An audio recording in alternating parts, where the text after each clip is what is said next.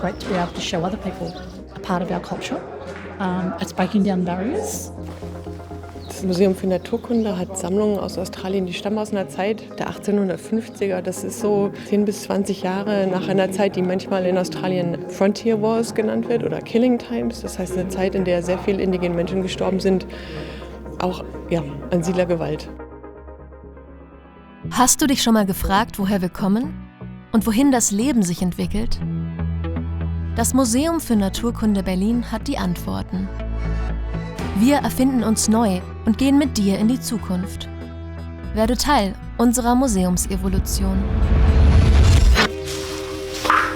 Today with the smoking ceremony, it's about acknowledging the past negatives, and it's walking through the smoke.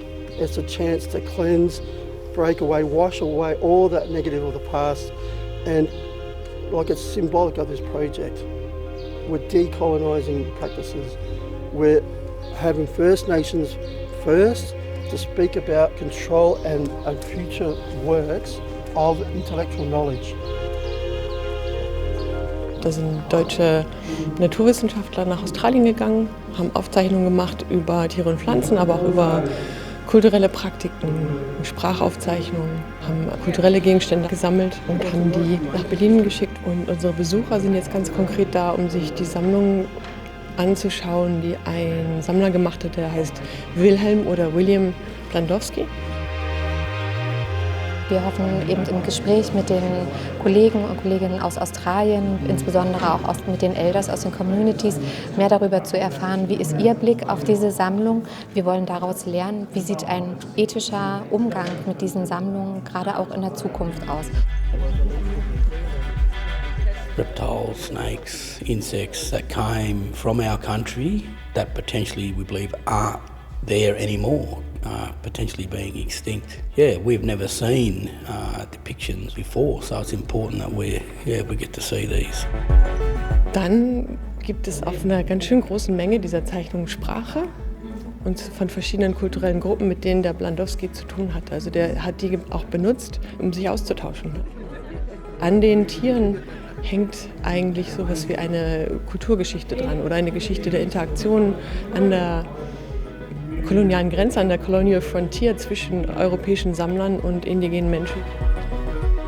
There's also cultural belongings such as shields and clubs and weapons and other cultural materials such as nets and bags that we've seen as well. So important knowledge that we are able to take back and share back with our communities. Häufig ist es im Moment ja so, dass die Geschichte erzählt wird, dass es eben die europäischen Forscher waren, die alles Wissen mitgebracht oder aus den Sammlungen produziert haben und einfach wirklich den Blick darauf zu lenken, dass es die lokalen Gemeinschaften vor Ort waren, die all dieses Wissen überhaupt eben auch weitergegeben haben. Das heißt, wir werden Zeit damit verbringen, verschiedene Institutionen zu besuchen, um das, was früher mal zusammengehört hat und was zu ganz bestimmten Regionen in Australien gehört, was zu den Communities gehört, wieder im Kopf zusammenzufügen und zu überlegen, was davon nach Australien reisen soll. Nicht die Gegenstände selbst, aber sozusagen das wieder zusammengetragene Wissen. It's more about educating people about our culture and letting people know that it is a living culture. We're still carrying on practices of yesterday, and I feel privileged to be able to show people something that my grandmother has handed down for and her grandmother, and so it's generational, and that's why it's a living culture. It's special.